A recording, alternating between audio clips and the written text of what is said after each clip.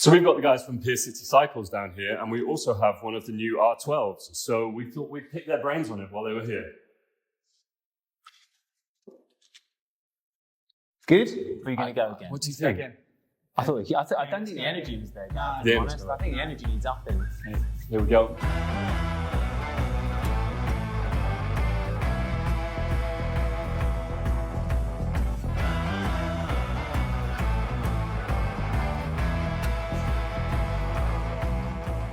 We still have the guys from Pier City Cycles here, and we have a new R12 here, so we thought we would pick their brains on it. Gents, thank you for sticking around. Pleasure. We've wheeled one off, we've wheeled one on. If you haven't seen the Midnight series video that we just shot, watch that first. But while we got you here, we've got one of these. The Heritage Fleet lives on. It certainly does, Absolutely. which we are very, very pleased with. Yeah, 100%. You've got one before we have, funnily enough. Right. So we've obviously been up to the show, we went up to the NEC just as it was launched, pretty much the day it was launched, actually. Yeah. Did a couple of videos over on the YouTube channel, lots of excitement, lots of comments, which has got to be a good thing. It's great for us as a business that the R12 lives on, or the R12 nineT lives on as well. It gives us another 4 or 5 years of doing what we're doing and messing around and pretending we have a real job. So you guys are going to customize. This is the R12. There's also the R12 nineT. Yeah. You guys are customizing one for the show, aren't you? Yes. Yes. And that's going to be the first custom. Yeah, we're very, very proud that Germany have approached us. Fantastic. And 9 years we've been waiting for this opportunity. And we're finally going to do something for the HQ. And it's going to be at the Bike Shed Show, which obviously we're very, very proud of. So, and that's going to be on the R12? That's going to be on the R12. So this platform here, and that will be on the BMW stand. We're going to go with a bobber style build, being the R12, like the more cruisery version. Yeah. We're going to go with an R12 style build. However, we're going to take what is PCC signature mods. So we're going with nice big fat front tyre, 17s, front and rear. Something really unusual, but something that our audience know and love. Yeah. Cool. So you haven't got yours yet? No. Not yet. So you haven't been able to get under the hood of this thing too much yet? No. But I mean, well, what's familiar? The engine? The engine's familiar, so it hasn't gone liquid cooled. There was a lot of talk possibly of these going liquid cooled before it was released. Yeah. We are mad glad that it hasn't gone liquid cooled. It's So got it's the still same the platform that we air used cooled. to. It's got the same airbox that we're hoping to rip out and do something signature with. It's got the same drive. It's got the exhaust on the same side. There's a lot of stuff on here where we're just like, right, cool. Yes, we've got to get into the nitty-gritty of where it's bolted together, but essentially, it's just the next generation. It's not completely reinventing the world. There's some very cool new mods on there, but not stuff that we won't be able to get around. Which bits are you excited to see change? Honestly, for me, I'm looking forward to doing some slightly different, almost like geometry builds. Right. We've done a few R18s, but the R18 sort of lends itself to being like, you can do this one thing on them a little bit. You know, we've tried stuff with the Bauhaus, and we've got to almost got to some of the limitations already.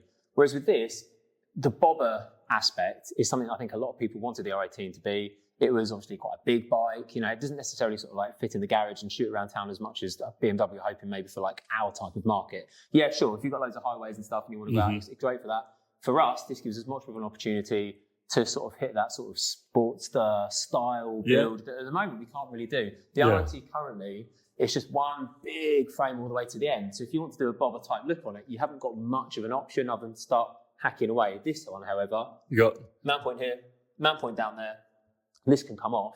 It gives us that chance to just sort of play with some builds we've never done before. I think with the build for the show, we're really looking at going down that full, almost like 70s AMG Harley style. Right, okay, like cool. mad sparkly or something like that. Just to be like, let's just go for something we've never really been able to nail properly. And that for me is the coolest thing with this thing. Yeah. All the 90s up to this point, to a degree, because of that sort of like standard. the frame. There was sort of that straight line of frame front to back. This gives us wasn't something completely new to play with. With the all-new frame being one big main frame, as Rory mentioned, having the engine frame and the rear suspension frame on the Gen 1, Gen 2 and Gen 3, if you wanted to do any major modifications to really shorten the rear end, you could only really do that on the Roadster model up to a point because it had the rear A-frame that could be unbolted. Outside of that, you're making some major mods, which then means you need to take the whole of the rear end apart, the whole of the bike off, and get it powder coated. Right. Where with this here, we plan to make a standalone rear subframe, which can just bolt on to the standalone main front frame, which all has all the suspension, everything else bolted to it. And I think this being the R12, being the cruiser version, that's going to be a natural thing to do. The other option we've got with the R12 nineT, which will also have this, like say, slightly different, slightly smaller, more forward frame, plus a bigger subframe that bolts off. It kind of gives us a chance to do more like the old sort of toaster tank, R80, R100, the classic heritage, all the sort of, well, the ones that you were showing at your show 10, 11 years ago, sort of the original sort of the rear frame loops. Exactly that. It's going to give us maybe some options to sort of make some more classic BMW heritage type builds as well. And this tank totally references that, doesn't it? Yeah, 100%. Big flat sides, exactly that. The BMW have almost gone more heritage than their previous heritage range. Like the R90 obviously had those little dimples in the tank, and it was very much a modern take on an old tank, whereas this is very much a big old tank. So old school looking. That could be a CB750 almost. It's almost just a big tank. It's a bit like the unit garage conversion tank that you did on the absolutely. What BMW have done is they've taken the heritage model as a whole, both with the previous generation of the R90 and the R18, taken the best bits from both connotations and gone, how can we really enhance the heritage scene and push it forward within BMW? And having these two models, both a very sport-derived version and a very cruiser-derived version, really makes our job far, far easier. It really gives us a really solid direction to travelling with both models.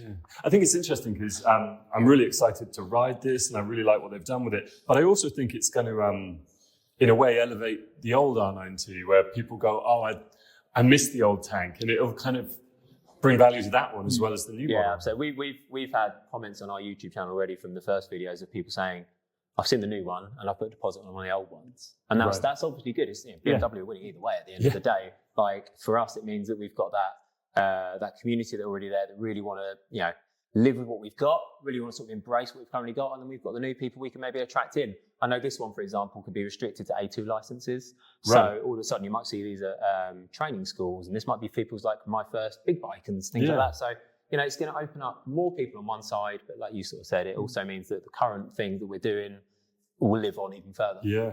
And so differences between the R12 and the R12 nineT, without getting too spec sheet based, obviously you've got the R12 nineT would have 17s front and rear. This is a 19 and a 16.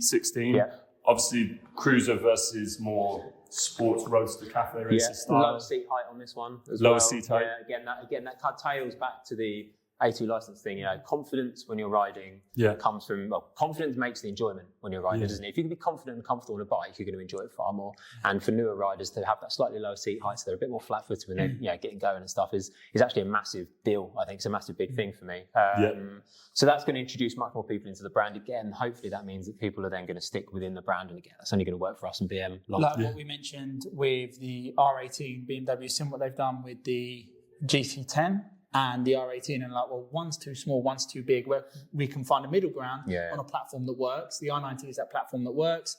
How can we inject this into a new model? Obviously, you've got the forward controls, the higher bars, the lower seat height. Instantly, you're in a far more comfortable position that gives more confidence, and you can do more miles on it. So it's amazing how much that's changed, isn't it? That a bike of this capacity is now considered like a first bike. First bike. Without doubt. There's certain things on here, like the rider aids, for example, all the different modes. You've got rain mode. You wouldn't have had that before. If you can just give confidence to people sitting on these bikes for the first time, they're like, it's a massive deal to try and introduce people into the industry. That we all know that not everybody wants to jump on a little 125. If you're, if you've paid off the mortgage, crush my 125. And it's like, right, I'm just going to go out on a 125 and learn to bike. Then it's going to be, my mate's going to think it's a small bike. So if someone could jump on this and go straight and say, guys, I've got a brand new BMW, and they're like, I thought you were learning. It's like, I am. Look, check it out. It's a massive, massive deal, and it can only encourage everybody within hopefully the bike community to get on, or introduce new people into it. Great. Anything else we should highlight on this thing while we've got it? I know you haven't got... What they've taken is they've taken the stuff that they've learned from their previous models regards the water-cool range, like all of the Tourer bikes. And they're like, how can we give a little bit of that into the heritage range? So you've got like the TFT screen, the cruise control. There's options, that's an optional extra, So you can get the 2-round clocks. You get the 2-round clocks, but you also have like the when you get the TFT screen, you get the toggle menu on the left-hand side. Right. The cruise control, because it's now fly-by-wire, which as per the Gen 3, so that's been on there for 2 connotations. but little bits like the SOS button and mod cons and creature comforts that you wouldn't have previously had on the R19 model, because they're really injecting some thought into the Heritage range. And it's keyless as well now, isn't it? That always confuses the hell out of me. Let's start it up. Yeah, let's give it a go. Pop it over. So it's also got, I noticed it's got tire pressure monitors in it as well, which is a newbie. Oh, cool. Yeah, absolutely. Nice. Again, if you're new to riding, you don't necessarily know what to look for sometimes. Just something that says, true. Check this out, go for it. So, button on. Button on. Ah, on button. There we go. Good. Make life a ride.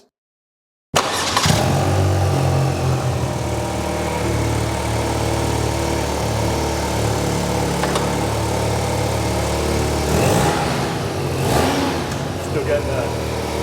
Always. Love that.